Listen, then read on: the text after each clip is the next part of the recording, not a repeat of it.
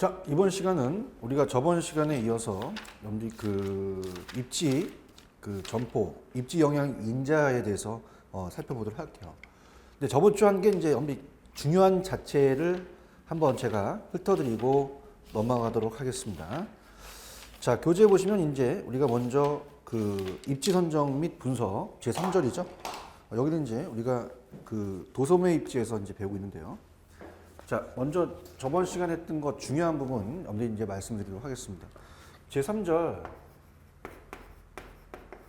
우리가 입지 선정 및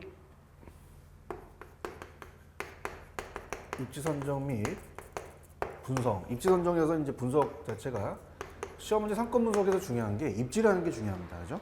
그래서 여기서는 이제 뭐 여러 가지 이제 우리가 나와 있는 부분은 뭐 쭉 읽어 보시고요. 중요한 부분만 한번 살펴보도록 할게요. 자, 우리가 이제 저번 시간에 배운 게 63페이지 위주로 공부를 하세요. 자, 이 상점에 대한 분류가 출제 빈도가 높습니다. 자, 그래서 이 구매 간습에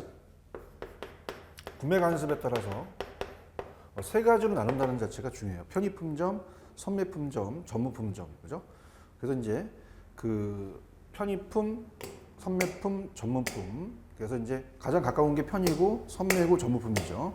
그래서 저차, 중차, 고차 이렇게 있고 상권에 대한 범위는 전문점, 선매점, 편의품점이 가장 가깝고 이 규모는 작죠. 그래서 그렇게 보시고 또 출제 빈도가 높은 거는 넘겨보시면 이 공간 분배 원리에 페터란 학자에 의해서 상점의 분류가 나옵니다. 그래서 이 상점의 분류도 출제 빈도가 높아요. 그러니까 객관식 시험 문제 여러분들 어떻습니까? 저도 이제 박사학위를 받고 SSM에 대해서 기업 슈퍼마켓에서 입지에 대해서 이제 제가 박사 논문을 썼습니다. 그러면 상권 분석에 대해서도 중요하지만 가장 중요한 게 여러분들이 이제 객관식에 대한 우리가 여러분들이 지금 자격증 시험 문제를 보는 거예요. 자격증 시험 문제에서 가장 객관식에서 출제원들이 낼 수 있는 거는 틀이 딱 잡혔습니다.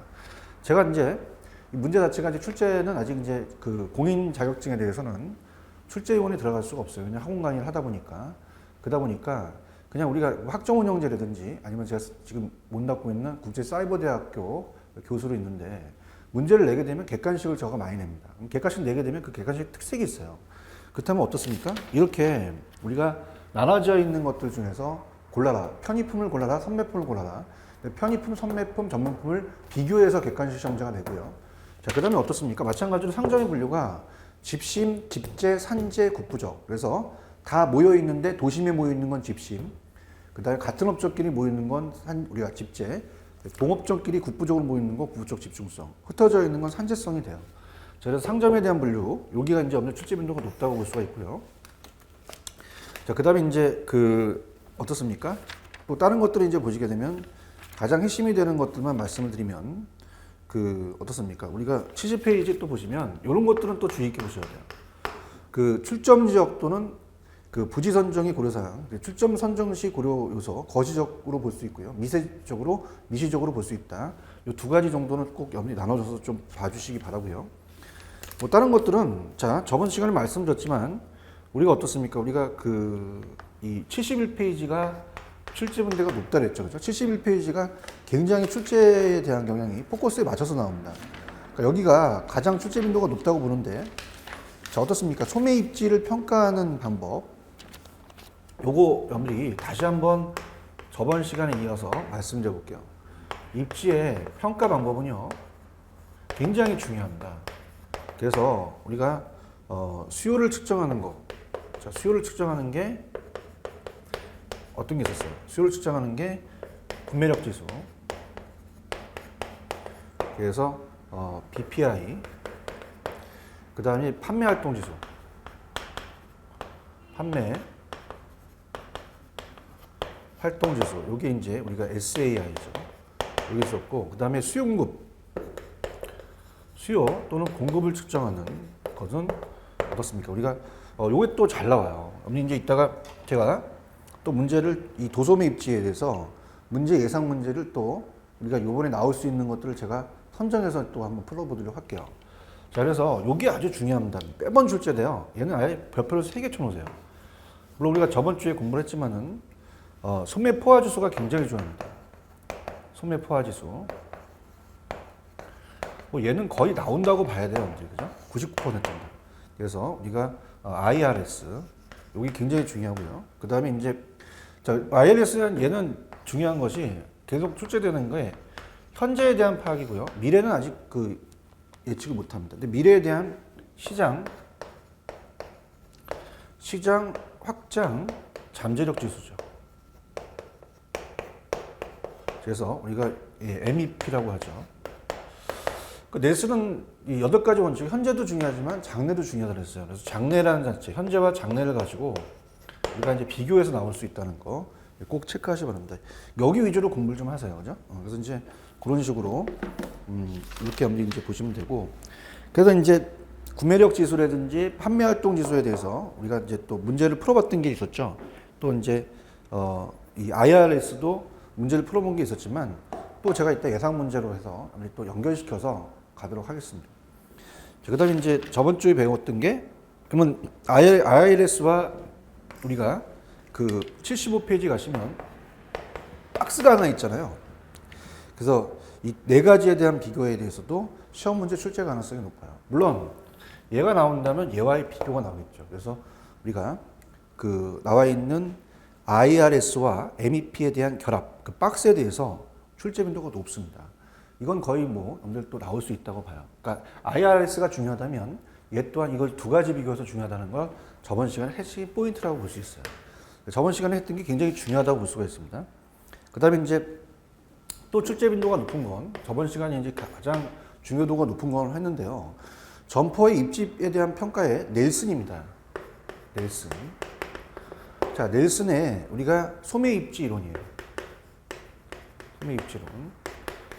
자, 그래서 우리가 상권 분석이라는 자체는 입지와 굉장히 연관이 됩니다. 그렇기 때문에 넬슨의 이 소매 입지에 대해서 8가지에 대한 그 원칙이 있어요. 8가지 원칙. 8가지 원칙을 여러분들이 꼭 숙지를 하셔야 됩니다. 얘도 출제가 된다고 봐야 돼요. 별표를 3개 쳐놓으세요.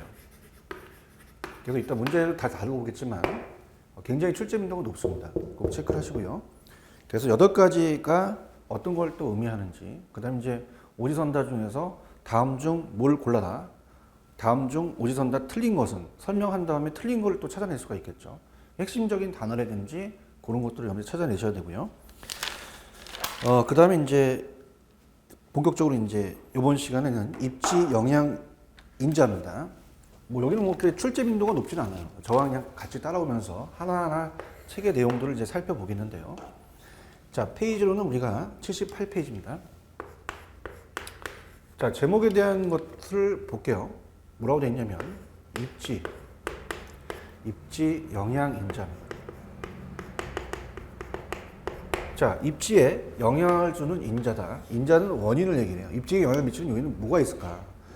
그래서 그 내용이 우리가 뭐 다는 아니지만 인구 통계, 인구의 라이프 스타일 특성, 비즈니스 환경, 경제 상황, 다점포 경영 성향, 접근성, 그다음에 입지적 이점, 시너지 효과, 소비자의 상권 이용 행태, 법적 조건, 성장성 있는데 이것만 있는 게 아니죠, 그죠? 등이니까 여러 가지가 있는데. 자, 먼저 이제 우리가 인구의 특성을 이제 책에 내놨네요.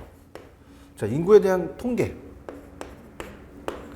자, 통계적으로 이제 우리가 어떤 자료를 이제 우리가 갖고 따지겠죠. 그래서 가구수나 이 배우지는 상권입니다. 상권의 인구의 통계적 특성을 파악하죠. 그래서 가구수, 인구수, 그다음에 가구당 인구수, 그다음에 인구의 연령별 구조, 그다음에 시군구 통계 연보를 해서 시청이나 구청 또는 지자체에 또 구하기도 하죠. 자, 우리가 이제 인구 통계 자료는 2가지가 있다. 항상 우리 문제는 질적과 양적이 있다면 이 2가지를 비교해서 내겠죠. 그래서 질적은 뭐 워드 자체의 형태에 나타나며 양적 자료는 숫자다. 그죠? 그러니까 질은 글이고 양적은 숫자다. 뭐 이런 식으로. 그래서 이제 그 질적 자료 종류는 현지조사 루트, 심층 면담 사본, 그리고 문서. 예를 들면 이제 신문 또는 잡지, 기사, 법정 판결문, 편지 등이에요. 그죠? 그러니까 글을 갖고 본다는 거죠. 질적으로 보는 거고. 이외에 뭐 지도, 그 다음에 도식, 사진, 영화, 음악, 녹음된 대화 등 각종 시청각 자료가 질적인 거고, 질적 자료는 수량화된 변수들을 갖는 것이 아니고 특정 연구 사례에 의해서 해석적이고 역사적인 총체적인 기술이에요. 자, 근데 어떻습니까? 양쪽이라는 자체는 어떻게 돼요? 숫자죠. 그래서 서베이, 센서스, 여론조사, 각 정부기관 또는 사설 연구기관에 수집하는 다양한 종류의 통계 자료입니다.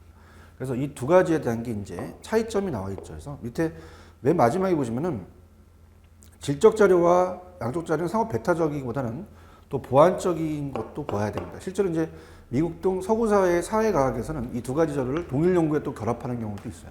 그래서 또 상호 보완 쪽으로 가야 된다. 자, 이렇게 보시면 되고요. 그 다음에 세 번째는요. 자, 요거는 이제 별표를 하나 쳐놓으세요. 만약에 입지 영향 인자에서 문제를 풀어보겠지만 물어볼 거는 라이프 스타일이 특성이 굉장히 중요합니다. 자, 라이프 스타일 특성.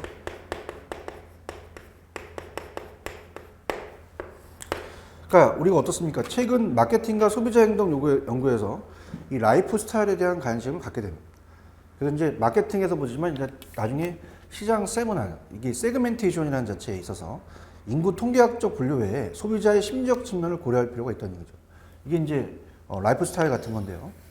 나아가 제품의 새로운 의미 부여, 그 다음에 신제품 개발 등에서도 소비자의 잠재력 요구를 파악할 필요가 있다는 얘기입니다.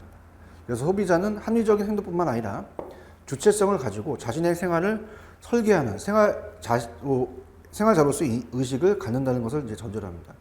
그래서 예컨대 이제 음악이나 향기 치료라든지 허브 상품 등을 취급하는 소매점이 입지 선정을 위해서는 상권을 분석할 때 상권 내 거주자 라이프 스타일의 분석에 최우선 순위를 둬야 되겠죠. 기호 상품의 성격이 강해야 됩니다. 그래서 이제 라이프 스타일의 개념은 또 생활 양식이죠. 그래서 사회학에 최초로 사용되기 시작했는데 이러한 생활에 대한 유형, 양식 또는 방법을 의미하지만 단순히 이 생활 양식을 말하는 것이 아니라 행동의 의식 연합된 생활 양식이며 종합적 상징이다. 그럼 라이프 스타일의 유형은 뭐 유형하는 거 한번 읽어보시고요. 그럼 이제 문제를 한번 다뤄볼게요. 교재 156페이지 가시면 23번 문제. 156 갑니다. 자, 23번을 보면 자, 치료 및 지금 나와 있죠. 명상용 음악, 아로마 향초, 약초 등을 판매하는 소매점이 추가로 신규 점포를 출점하려 한다. 그럼 신규 점포의 상권 분석을 가장 관심을 기울이는 건 뭐였어요? 지금 어떻습니까? 이런 치료, 명상용 음악, 아로마 향초, 약초 등은 개인적 취향이 가장 크게 반영되는 이런 상품을 소매 점포로 내려할 때는 어떻습니까? 라이프 스타일을 분석하는 게 좋죠.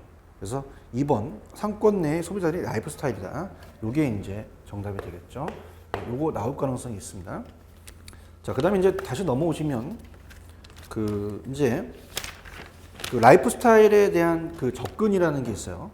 페이지 이제 80페이지 보시면 어프로치 접근을 본다면 그 측정 방법이 자, 요거 주의 있게 보셔야 돼요. AIO죠. 그래서 AIO는 이제 우리가 어떻습니까? 액티비티, 인터레스트 앤드 오피니언 기법을 비롯해서 우리가 가치 측정 도구인 RVS, 그다음에 VALS, 그다음에 LOV 이런 게 있는데요. 여기서 이제 중요한 건 요거죠. AIO. 그래서 이거는 응답자들을 대상으로 한 조사에서 도출하는 행동. 우리가 액티비티, 그다음에 인터레스트 관심, 그다음에 오피니언 이 의견을 갖다가 측정하는 겁니다. 그러면 어떻게 해요? 소비자 입장에서 보자면 그 활동은 제품을 구입한 것과 같은 명확한 행동을 또는 관심은 어떠한 제품 및 서비스에 관한 특별한 흥미를 가리키기 때문에 그 의견은 또 소비 상황에서 제기되는 문제에 대한 소비자의 응답이라고도 할 수 있어요. 이렇게 보시면 되고요. 그래서 이게 이제 그 첫 번째 분석이고, 그 다음에 두 번째 분석은 어떻습니까? 로키치 가치 분석, 그죠? 가치 조사. 그래서 RVS입니다. 자, 이것도 제 제목만 서구의 소비자 행동 연구 분야에서 연구자들이 소비 행동의 선행 변수를 가치관에 관심을 두기 시작하게 되면 이게 로키치의 가치관 연구 이후부터인데요. 오랫동안 이제 어떻습니까? 이 로키치는 자신의 이론을 바탕으로 해서 가치관 측정 도구인 RVS를 만들었다. 그렇게 보시면 되고요. 그러니까 디귿번은 조금 별표를 하나 해보세요. 자, 이거는 이제 조금 중요할 수가 있는데 우리가 VALS라는 것은 자, AI와는 달리 라이프 스타일의 측정과 유형화에 있어서 개개인의 삶에 대한 가치관이 가장 중요한 반영 요소라고 봤습니다. 그래서 우리가 가치 측정 도구다 이렇게 밑줄 쳐놓으시고요.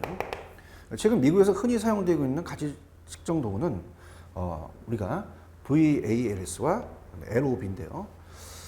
자, 이 라이프 스타일의 밑에 세 번째 점 보시면 9가지 유형, 뭐 생존자형, 생계유지형, 소속지향형, 경쟁지향형, 성취지향형, 그다음에 여러 가지 이제 IME형, 그다음에 경험지향형, 사회, 사업가형 그리고 종합형이 있는데요. 자, 여기다 이제 우리가 밑줄을 쳐보세요. 자, 여기에 대한 이 VALS의 우리가 체계는 이 소비자들이 추구하는 가치와 라이프 스타일에 대한 이중 단계로 진행되며 다시 네 집단으로 세분할 수 있다는 거 꼭 체크하십시오. 번호를 매겨주세요. 자, 첫 번째는 욕구 추구. 우리가 소비자 집단 이렇게 보여요. 그 다음 이제 두 번째는 어떻습니까? 외부 지향. 내부가 아니라 외부 지향적 소비자 집단. 그 다음에 세 번째는 어떻습니까? 내부 지향. 외부가 있으면 내부가 있겠죠. 내부 지향 소비자 집단. 그 다음에 통합적 소비자 집단. 이렇게 네 가지가 있다는 거예요. 통합적 우리가 소비자 집단이다. 이렇게 해서 여러분들이 정리를 해주시면 돼요. 그래서 이런 식으로 나눈다. 이렇게 보시고요. 그 다음에 이제 그 욕구 추구에 대한 이 소비자 집단은 어떻습니까? 밑에 보시면은 이 선호보다는 기본적 욕구를 위해서 소비자 행동이 나타나는 집단으로 경제적 형편이 가장 나쁜 생존자형 또는 생계를 유지할 수 있는 생계 유지형 여기다 박스 칩시오. 생계 유지형은 어떤 거냐? 욕구 추구 소비자다 이렇게 보시면 되고요. 그 다음에 이제 외부 지향이라는 자체는 자 이거는 시장에서 가장 높은 비중을 차지하고 있는 우리가 그 이들을 다른 사람들을 의식해서 구매합니다. 다른 사람들을 의식해서 구매. 이게 이제 외부 지향입니다. 자, 이렇게 보시면 됩니다. 그래서 뭐 여기에는 이제 소속 지향형, 경쟁 지향형, 지위와 명성, 쾌락 추구, 생활 등이 이제 특징인 성취자형이다 이렇게 보시고요. 그다음에 내부라는 자체는 핵심 포인트가 독자적으로 행동하는 소비자로 개인주의, IME형, 경험지향형, 사회 이슈에 많은 사회 사업가형이다. 박스. 그래서 우리가 사회 사업가형이다. 박스 치기 바랍니다. 통합적이라는 자체는 이제 종합형이죠. 그래서 우리가 이 통합적을 이제 종합형 소비자 집단이다 이렇게 보시면서 극히 적은 비중을 차지하는 사람들로 내부 지향과 외부 지향면을 혼합해서 행동하는 성숙하고 균형 있는 인격을 가진 소비자다. 자, 그래서 다시 한번 갑니다. 생계 유지형은 욕구 축구 소비자 집단, 그 다음에 다른 사람에게 의식하는 외부, 사회 사업가형, 그 다음에 합치는 거는 종합형이다. 자, 이렇게 해서 구분할 필요가 있어요, 그죠? 자, 이렇게 해서 우리 그 내용을 봤고요. 그 다음에 이제 다른 것들은 뭐 한국인의 라이프 스타일의 어떤 유형화 같은 경우 그냥 한번 읽어보시기 바랍니다. 여기서 뭐 출제되기 좀 그렇고요. 자, 넘기시면 마찬가지로 뭐 한국인의 신제품 수용에 대한 행동에 대한 유형, 신제품 수용 유형의 의. 자, 요거 하나만 보세요. 만약에 이제 나온다면 그 신제품 수용의 세 가지 유형 정도는 한번 체크해 보시기 바랍니다. OS, 조기 수용층. 제품에 대한 정보가 빠르고 유행이 민감할 때 씁니다. 그죠? 우리가 핸드폰도 어떻습니까? 계속 이 갤럭시라는 자체도 계속 이렇게 시리즈가 나오잖아요. 그죠? 그래서 이런 것들이 얘기하는 게 조기 수용층입니다. 그래서 쇼핑 기간이 길고 아이 쇼핑을 즐기는 편이고 이 가격보다는 상표를 중시하고 디자인이나 색상 등 외관을 중요시하고 조기 수용층은 일반적으로 남자보다는 여자가 나이 든 층보다는 젊은 층에서 높게 하죠. 높게 우리가 따지는 거죠. 그래서 성격은 좀 적극적이고 일상생활의 변화를 원하고 있으며 새로운 정보에 민감합니다. 그래서 이런 것들이 이제 조기 수용층이고, 그다음에 후기 수용층은 새로운 것을 받아들이기보다는 우리가 주위의 유행이나 대세에 따라서 이를 수용하는 유형이다. 물건 살 때 남들이 이상하게 생각하지 않을까 염려하는 편이죠. 이게 이제 후기 수용층이다. 그다음에 지역 계층이다. 그러니까 새로운 게 대한 관심이 적죠. 유행이나 이제 대세에 있지 않고 그 전에 쓰던 제품을 고수하는 형태. 그래서 이런 것들이 이제 금액 이외에 있는 상점을 들리지 않고 외관보다는 이제 가격이나 성능 기능 위주로 제품을 구한다. 근데 요즘 스타일이 어때요? 뭐 핸드폰도 계속 우리가 새로운 것들을 원하잖아요. 그래서 OS형 조기 수용층을 물어볼 가능성이 커요. 그러니까 제품에 대한 정보가 빠르게 유행에 민감한 게 뭐냐, 이렇게 받아들일 수 있는 게 조기 수용층이다. 이렇게 해서 그 위주로 가지고요. 그 다음에 이제 네 번째는 이제 어떻습니까? 우리가 라이프 스타일을 봤고요. 비즈니스 환경이라는 게 있긴 한데요. 비즈니스 환경은 뭐 그냥 내용만 보시기 바랍니다. 자, 우리가 입지 영역의 인자를 보고 있죠. 인구 통계, 라이프 스타일, 그 다음에 비즈니스 환경입니다. 자, 우리가 비즈니스의 환경을 본다. 환경이라는 자체를 이제 파악해 봐야 되죠. 그죠? 그래서 밑에 최고 경영자가 의사결정을 내릴 때 고려해야 할 외부 요인들을 크게 일반적 요인과 구체적 요인으로 나눈다. 그 정도만. 그래서 일반적은 이제 항상 거시적입니다. 일반적이라는 것은 전반적인 거예요. 그래서 우리가 기후나 지형 같은 자연현상, 그죠? 처럼 그 영향이 사회 전체에 미쳐서 개별 기업 차원에서 어쩔 수 없이 받아들일 수밖에 없는 경제, 정치, 법률, 사회, 문화, 국제 환경으로 이제 나눌 수가 있죠. 자, 그래서 이거는 뭐 거시적이다. 자연 환경과 인문 환경이 있는데 이런 것들은 이제 우리가 어떤 거시적이기 때문에 외부적인 거다 하는데 보는데 구체적 환경은 이제 내부적인 거죠. 그러니까 우리가 마케팅도 이제 거시적 마케팅과 미시적 마케팅이라는 게 있어요. 똑같습니다. 그죠? 그래서 우리가 경제업체나 소비자, 정부, 금융기관처럼 조직 활동과 밀접한 관련을 맺고 있는 기업에 이런 사람들을 우리가 이해 당사자라고 합니다. 구성되며 특히 이제 고객, 유통업체, 경쟁업체, 경영 성과에 직접적으로 영향을 미친다. 그 정도만 여러분 체크하시면 됩니다. 거시적 환경과는 달리 이제 이들은 이제 경영자가 어느 정도 이제 관리가 이제 컨트롤이 되죠. 매니지먼트가 되니까 그렇게 보시면 되고요. 그다음에 일반적 환경은 그냥 제목 위주로만. 그래서 경제적 환경은 어떤 우리가 개별 기업에 의지와는 관계없이 변화하는 국내외 경기 변동, 물가 수준, 이자율이나 세율 확률, 정부의 산업 정책과 같은 요인은 경영 성과에 큰 영향을 미칠 수 있다. 그냥 그렇게만 보시고요. 기술 쪽은 이제 기술이나 기존의 시설이나 인력의 경쟁을 저하시키는 일, 즉 아날로그 기술에 의해서 의존하는 기업이 디지털 기술로 이제 발달을 순식간에 이제 후퇴할 수 있다. 이렇게 보시고, 정치 법률 쪽은 뭐예요? 사회가 복잡하게 되면서 경영과 관련된 법률이 새로 제정되거나 개정된 법률의 건수가 우리가 매우 많아지고 이런 것들이죠. 그래서 최근에는 뭐 이런 것들 하나 보세요. 최근에 이제 소비자 보호에 대한 기업의 책임이 강화된 제조물 책임법 PL이라는 게 있습니다. 그래서 공표돼서 올바른 걸 대응하지 못할 경우 회사에 큰 손해를 또 끼칠 수가 있죠. 제조물 책임법 같은 거 보시고요. 사회적 환경은 뭐 인구나 이런 환경들을 예리하죠. 세대수라든지 의식주, 여가활동. 국제적은 뭐 해외에서 발생하는 정치, 경제, 문화적 사건을 또 영향을 받는다는 거 이런 것도 보시고요. 구체적 환경은 뭐 고객, 유통업체, 경쟁업체, 그다음에 공급업체, 제목 위주로만 가져가시고, 또 우리가 다섯 번째는 경제 상황이 있어요. 다섯 번째는 경쟁 상황입니다. 그래서 우리가 지금 보시는 입지형 영향 인자, 즉 상권이나 지역 수요에 영향을 미치는 요인으로 경쟁 상황은 또 매우 중요한 역할을 하고 있죠. 그래서 경쟁 상황의 분석 내용을 이제 참고하시는데, 자, 2번이 중요합니다. 2번에 한번 체크를 해보세요. 만약에 시험제 나온다면 경쟁 우위, 우리가 경쟁 우위에 있는 경쟁 우위에 구축 전략 같은 거는 물어볼 가능성이 있어요. 그래서 어떻습니까? 우리가 가격 우위 전략이다. 그죠? 가격에 대한 우위 전략. 그래서 가격 우위 전략.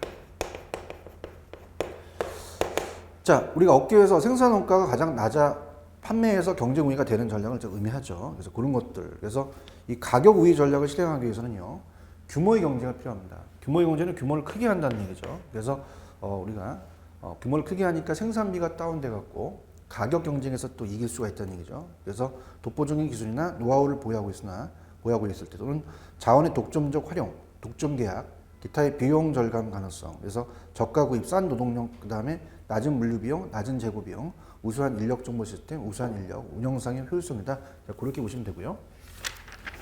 그래서 이제 넘겨보시면 이제 뭐 가격 우위 전략이 실패하는 경우는 한번 읽어볼게요. 신기술의 등장으로 경쟁자도 원가를 절감할 수 있을 때, 뭐 이럴 때는 어떻습니까? 우리가 또 실패가 될 수도 있죠.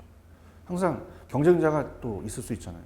항상 시장의 원리는요, 항상 그 초과 이윤을 낳게 되면 또 경쟁이 또 야기시켜지게 되죠. 보유하고 있는 기술이나 노하우가 단순하여 쉽게 모방할 수 있을 때, 또 이 경쟁 소매점의 차별화의 전략을 상쇄시킬 수 있을 만큼의 가격이 충분히 또 저렴하지 않을 때, 뭐 이럴 때고요. 그 다음에 두 번째는요. 자, 이건 이제 경쟁 우위에 대한 구축 전략은 한번 보셔야 됩니다. 가격 우위 전략 다음에 차별화 전략입니다. 자, 그래서 차별화 전략을 어떻게 할 것이냐. 이 경쟁자들은 보유하고 있지 않으나 소비자들은 가치 있다고 보는 점포의 특징 혹은 속성으로 비싼 가격을 보상하는 전략을 의미합니다. 그래서 기업은 소비자에게 요구하는 프리미엄 가격에 정당할 수 될 수 있을 만큼의 가치를 제공해야 되죠. 그래서 이제 우리가 이 차별화의 대상으로서는 이제 서비스라든지 점포 이미지, 그다음에 취급 제품의 구색, 점포 위치, 점포에 대한 속성, 디자인 등 매우 다양합니다. 그래서 차별화 전략을 쓰는 대표적인 소매점들은 백화점이나 전문점들이 될 수 있어요. 그래서 차별화 전략을 쓰는 차별화 전략을 쓰는 것은 어디가 대표적이냐? 이렇게도 나올 수가 있죠. 그래서 백화점이나 전문점이다. 뭐 이렇게도 우리가 또 충분히 또 나올 수가 있으니까 보시고요. 자, 이 차별화 전략이 실패하는 경우는 어때요? 지나친 가격 차이로 차별화의 가치와 가격 차이를 극복하지 못한 경우가 있고요. 그 다음에 새로운 우리가 가치와 가격이라는 것은 이제 우리가 하여튼 평가에서 감정평가에서 얘기하는 그 어떤 그 부동산의 평가 방법인데, 자, 우리가 이게 1,000원의 가치가 있으면 1,000원의 가격이 매겨지잖아요. 가치를 살펴서 가격으로 평가하거든요. 지나친 가격 차이로 차별화의 가치보다 가격 차이를 너무 극복하지 못한 경우와, 그다음에 새로운 차별 제품의 등장으로 자사 제품의 차별 가치가 또 줄어드는 경우, 소비자의 기호가 변한다든지 또는 경쟁자가 모방한다든지 뭐 이런 것들이 될 수가 있죠. 그 다음에 이제 마지막에 집중 전략입니다.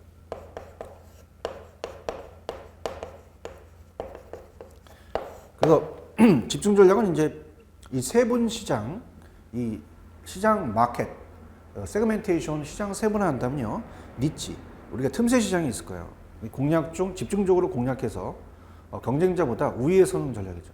그래서 집중 전략은 다시 가격 우위와 차별화가 두 가지 이제 세분화되는데요. 이 집중 전략 시 표적 시장, 마켓, 이 타겟 시장의 이 전체 시장과 큰 차이가 없거나 경쟁 기업이 표적 시장보다 좁은 집중 전략을 펼칠 때 집중 전략의 성공 가능성이 또 희박하다는 얘기입니다. 그래서 우리가 이 세 가지 전략, 경쟁 우위의 구축 전략은 가격 우위 전략, 그 다음에 차별화 전략, 백화점이나 전문점, 그 다음에 집중 전략, 이렇게 해서 세 가지는 나올 수가 있으니까 꼭 체크를 한번 해보세요. 그래서 그렇게 보시면 되고요. 그 다음에 이제 어떻습니까? 그 다점포 전략이라는 게 중요해요. 다점포 전략. 그래서 다점포를 만들게 되면 내가 이제 점포가 매장이 하나밖에 없어요. 근데 이제 그거를 여러 점포로 경영해 봐요. 그렇다면은, 자, 우리가 굉장히 많기 때문에 어떻습니까? 더 들어올 사람이 없단 말이에요. 그럼 진입장벽을 아예 막아 놓는 거죠. 그 다음에 다점포, 우리가 항상 이제 이 규모의 경제라고 하잖아요. 이 대량 구매를 하게 되면요. 그만큼 규모에 대한 효과가 있어서 장점이 있을 거란 말입니다. 자, 그런데 단점은 어떻습니까? 우리가 추가 개설을 하는 데 있어서 너무 생각지도 못해서 한 개 추가적인 그 점포를 더 추가적으로 만들 때 얻는 이익과 한 개의 비용을 따졌을 때 한 개의 이익이 커야 추가 개설을 해야 되는데 너무나 그걸 따지지 않고 점포를 개설해 버리면 물론 규모의 경제는 실현할 수가 있어요. 그죠? 그렇지만 어떻습니까? 그만큼 진입장벽이 또 어떻습니까? 막아지는 거지만 또 그만큼 수익이 또 우리가 또 낮지 않을 수도 있죠. 그러니까 아무튼 그런 거예요. 이제 제가 논문을 썼던 SSM에 대한 기업 슈퍼마켓이라는 자체가 어떻습니까? 이 기업형 슈퍼마켓이거든요. 근데 여러분들 가만 보시면요, 이 기업형 슈퍼마켓이 굉장히 막 계속 생깁니다. 그죠? 특히 이제 더 심한 건 편의점이죠. 편의점이 이제 여러분들이 봤을 때 너무도 이제 경쟁이 심하다 보니까 편의점이 너무 많이 생겨요. 물론 뭐 이제 직영점과 또 우리가 또 어떻습니까? 개인한테 줄 수도 있지만 그게 너무 많이 생긴다는 이유는 일단 뭐 생기게 되면은 그 주위에 안 오잖아요. 그러니까 만약 예를 들어서 GS 편의점이다. 그죠? 그러면 어떻습니까? 얘네들이 이제 물건을 대게 되면은 그 자체적으로 어떤 정형 점포에 대한 운영은 이 개인한테 좋지만 그 물건에 대한 것을 판매하는 자체는 그 권한이 있는 거예요. 그렇다 보니까 우리가 만약에 이 그 GS에 대한 그 뭐 슈퍼마켓을 많이 GS에 대한 편의점을 많이 만들게 되면요. 그 주위에 다른 뭐 이거 어떻습니까? 다른 24시 편의점이 들어오기가 좀 꺼린단 말이죠.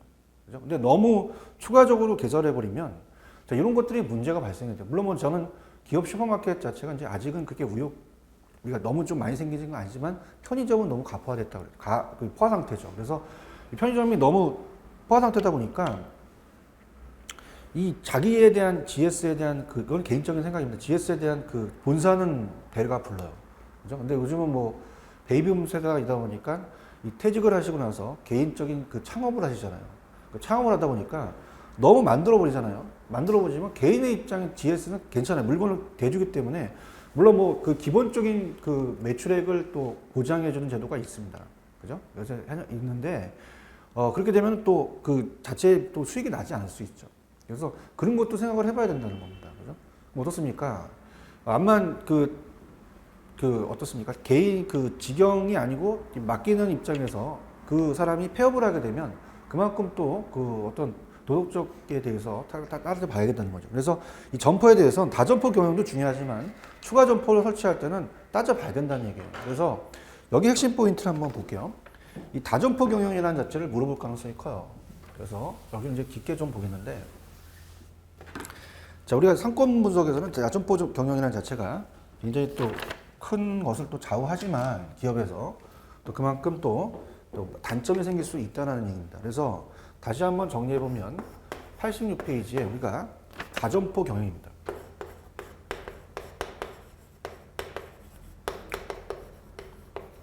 점포의 숫자를 늘린다는 거죠. 그러면 규모의 경제를 실현할 수가 있다는 얘기입니다. 그래서 만약에 여기에 딱 그 내가 원하는 점포가 자, 이 지역을 커버하는 게 딱 3개가 있다? 그러면 3개를 다 만들어 버리는 거예요. 다른 놈들이 못 들어오게. 그죠? 그러면 이 본사 입장에서는 어떻죠? 규모의 경제가 발생할 수 있죠. 그죠? 더 많아지니까 어떻습니까? 이 다점포 경영은 장점은 진입장벽을 막아버려요. 진입장벽을. 진입장벽을 우리가 높아서 막아버리니까 차단이 된다는 겁니다.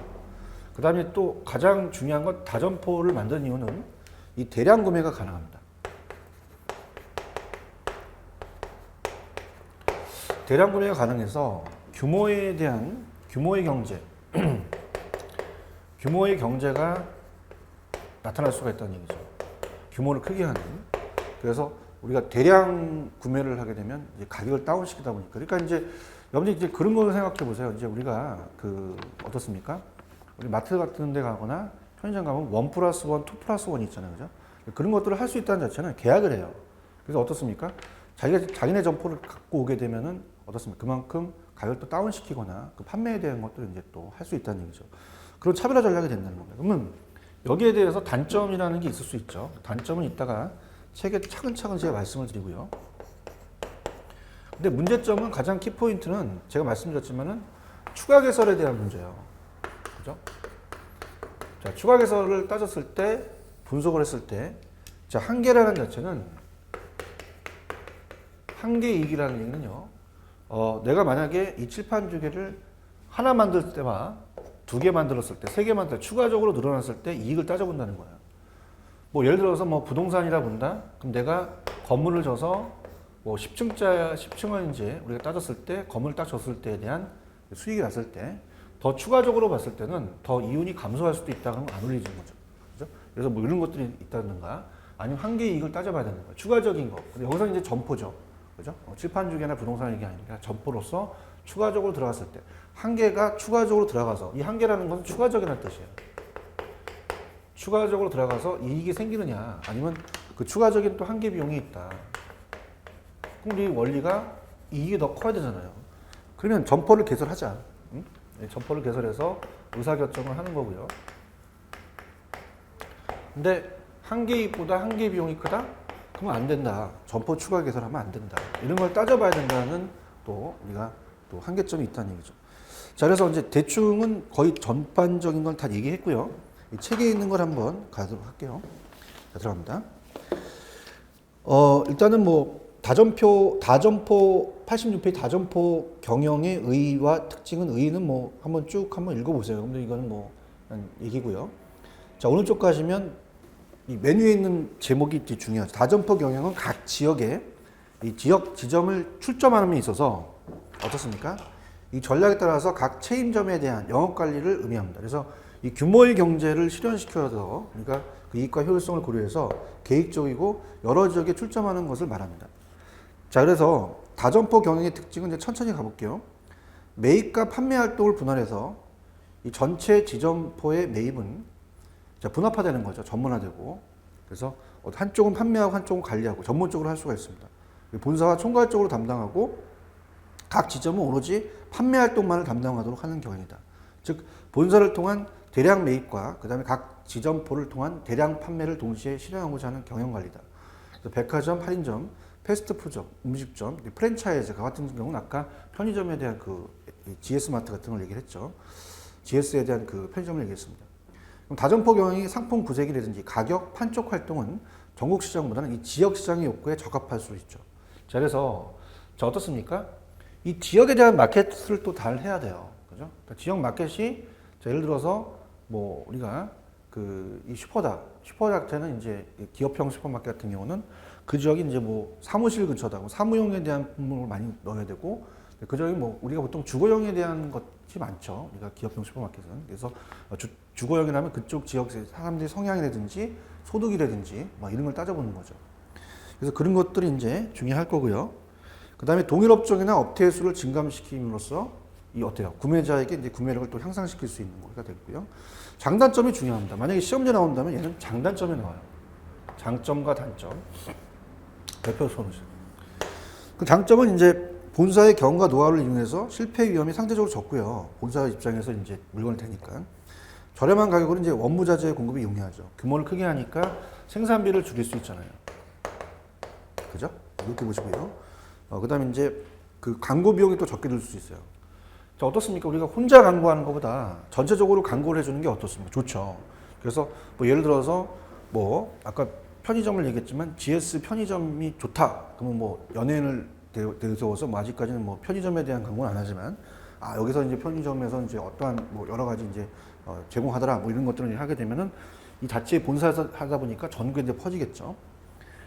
그 다음에 이제 광고 비용이 적게 들고 높은 홍보 효과, 그 다음에 본사의 시장 조사와 상품 개발로 시장 변화에 때 빠르게 적응합니다. 본사가 하다 보니까. 본사의 개설 비용 융자와 상품의 외상 공급으로 자금 부담을 좀 절감하겠죠. 단점은 이제 본사의 방침에 따라 운영되므로 사업의 독립성이 보장되지가 않아요.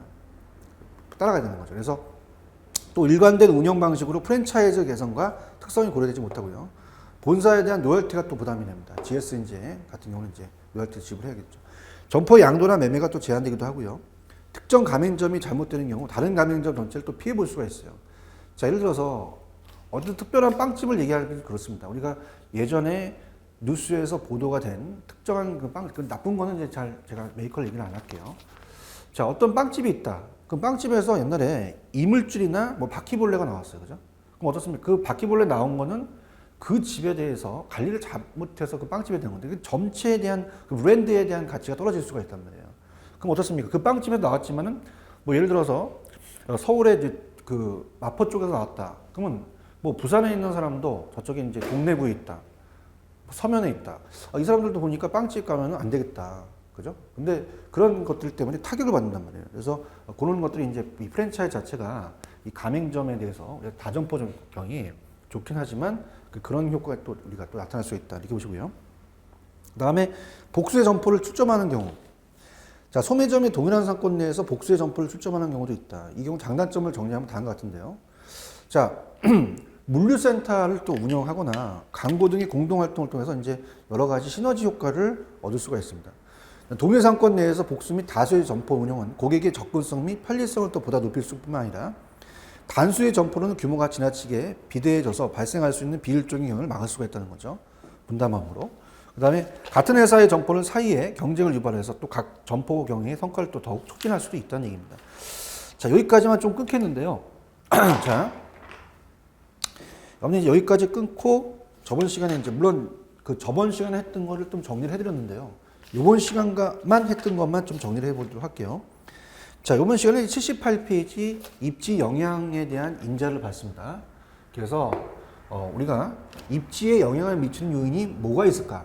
그래서 우리가 여러 가지가 있지만 뭐 인구 통계라는 자체는 뭐 그렇게 크게 중요하진 않아요. 그래서 인구 통계는 아까 인구 통계 자료가 질적과 양적이 있다. 질적은 어떤 글, 그 다음에 양적은 숫자다. 그렇지만 비교도 하지만 중요하지만 보완이 중요할 것이다. 상호 보완에 대한 연구도 우리가 방향으로 나가고 있다. 이런 것들 보시고요. 라이프 스타일은 아까 문제를 풀어봤잖아요. 라이프 스타일은 어떤 게 있었어요? 아까 음악이나 향기 치료제, 허브 상품 등을 취급하는 소매점이 입지 선정을 위해서 상권을 분석할 때 상권 내 거주의 라이프 스타일 분석이죠. 그래서 이거는 어떤 거냐? 라이프 스타일 분석이다. 이렇게 나왔었잖아요. 이렇게 보시고요. 다음에 라이프 스타일의 측정에 대한 접근 방법은 알아두셔야 됩니다. 그래서 AIO 분석, 그 다음에 우리가 RVS, 그 다음에 오른쪽에 가시면 VALS. 그래서 이 VALS는 어떻습니까? 네 가지에 대한 집단이 있었죠. 그래서 생계유지형은 욕구 축구, 그 다음에 다른 사람에게 의식 우리가 어떻습니까? 하는 것은 외부형, 그 다음에 회사, 그 기업의 회사에 대한 사업 과형은 우리가 내부형이고 합치는 건 종합이다. 이렇게 보시고요. 그 다음에 이제 또 좀 중요하다고 보시면 이제 82페이지 가시면 실판은 판서는 안 했지만 82페이지 가시면 우리나라 이제 신제품 수용 시 세 가지 유형이 있다. 그래서 이제 핸드폰 같은 게 요즘은 막 나오다 보니까 제품에 대한 정보가 빠르게 유행에 민감한 건 뭐냐? OS. 그래서 조기 수용층이다. 이렇게 해서 다른 거와 비교할 수 있다. 비즈니스에 대한 환경은 뭐 이렇게 출제 빈도가 높지는 않아요. 그래서 그냥 우리가 그 쭉 내용만 이제 쫙 보시고요. 이 경쟁 상황이 좀 중요한 게 경쟁 우위에 대한 구축 전략이죠. 그래서 가격 우위 전략, 집중 전략, 그다음에 차별화 전략이 있다. 그래서 가격 우위 전략이 실패하는 경우와 차별화 전략이 실패하는 경우가 어떤 거냐. 그다음에 이제 맨 마지막으로 한 게 다점포죠. 다점포란 자체가 점포를 또 많이 하게 되면요, 진입장벽을 막을 수 있고 대량 구매에서 생산비를 줄일 수가 있지만 단점은 뭐 추가적인 개설을 하게 되면 또 어려울 수 있고 여러 가지 또 문제점에 대해서 나와 있는 게 있습니다. 그래서 지금 한 것 중에서는요, 좀 중요도가 높은 것은 다점포 경영 중요하고요. 그다음에 이제 라이프 스타일에 대해서 그 추구에 대한 접근, 요것도 여러분들이 중요하고, 그러니까 요번에 입지 영향 인자는 이제 라이프 스타일 특성 공부하고요. 그 다음에 이제 찍어드린다면 어떻습니까? 라이프 스타일 측정 방법이 이제 VALS가 이제 아까 그 집단에 대해서 네 가지 집단이 있었죠. 여기 주의깊게 보시고, 그 다음에 이제 그 나올 수 있는 건 뭐 신제품 수용 시 세 가지 유형 중 OS 조기 수용층을 물어볼 가능성이 크다고 얘기했고요. 그 다음에 이제 경쟁 상황에서 85페이지 가시면 아까 경쟁 우위 전략, 가격 우위 전략, 그래서 집중 전략, 차별화 전략, 요것도 위주인데 가장 중요한 건 다점포 전략이에요. 다점포 전략을 중점적으로 공부를 해보세요. 그죠? 여기가 이제 가장 우리가 물론 뭐 여러 가지 우리가 보는 입지 영향 인자가 있지만 다점포 경영을 낼 가능성이 큽니다. 그죠? 그래서 요즘은 이제 이 프랜차이즈나 이런 업종들이 많아지기 때문에 이 다점포에 대한 경영이 굉장히 이슈화 되어 있죠. 그죠? 그래서 그러한 장단점을 알아야 우리가 어떻습니까? 정책상 문제점도 제시할 수 있고 그걸 보완할 수 있는 학문적 접근으로 들어갈 수 있는 거죠. 그 다음에 이제 다음에 이제 보시는 건 좀 길어지기 때문에 다음 시간에 어떤 거에 대한 것만 제목 볼게요. 접근성 중요하죠. 이 접근성과 그 다음에 이제 이런 식으로 이제 그 앞쪽에서는 이제 어떻습니까? 우리가 입지 영향 인자가 굉장히 많았어요. 그죠? 근데 거기서 이제 인구 특성, 라이프 스타일, 비즈니스 환경, 경제성, 다점포 전략, 그 다음에 접근성까지가 이제 7가지만 우리가 그 큰 제목이라고 볼 수 있습니다. 그래서 그런 식으로 이제 입지 영향 인자를 볼 거고요. 다음 시간에는 미리 예습하지만 백화점에 대한 입지 선정, 그 다음에 의류 패션 전문점의 입지 선정, 이런 거 이렇게 그 순서로 우리가 가겠습니다. 그다음 패션 잡화용과 생활용품 전문점, 식료품점 입지 선정이 있겠죠. 그래서 그런 식으로 다음 시간에 연결해서 보도록 할게요. 자, 이번 시간 여기까지 하겠습니다. 좀 쉬었다 가겠습니다.